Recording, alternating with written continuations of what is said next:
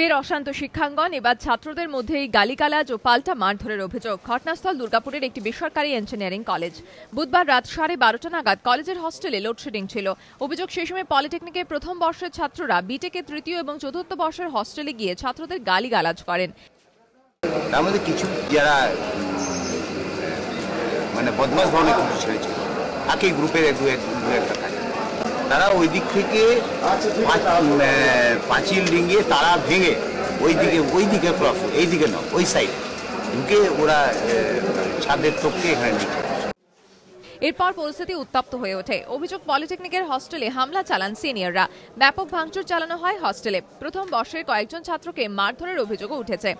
ঘটনায় 10 জন ছাত্র আহত হয়েছেন, 3 জন হাসপাতালে ভর্তি। এত দরজা থাকাচ্ছে আমরা কেউ খুলিনি, তো হঠাৎ আমি যখন বেরিয়ে দেখছি তখন তো আর কোনো স্কোপ নেই।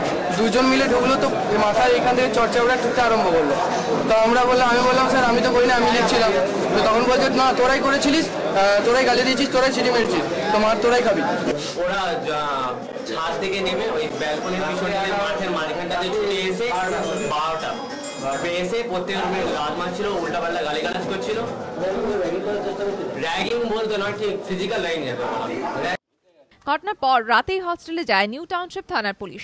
কলেজ কর্তৃপক্ষের তরফে র্যাগিং ও মারধরের অভিযোগ দায়ের করা হয়। সেই অভিযোগের প্রেক্ষিতে প্রথম বর্ষের কয়েকজন পড়ুয়া সহ মোট 10 জন ছাত্রকে গ্রেফতার করা হয়েছে।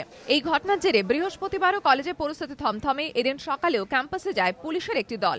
মনোজ বন্দ্যোপাধ্যায়ের রিপোর্ট, এবিপি আনন্দ, দুর্গাপুর।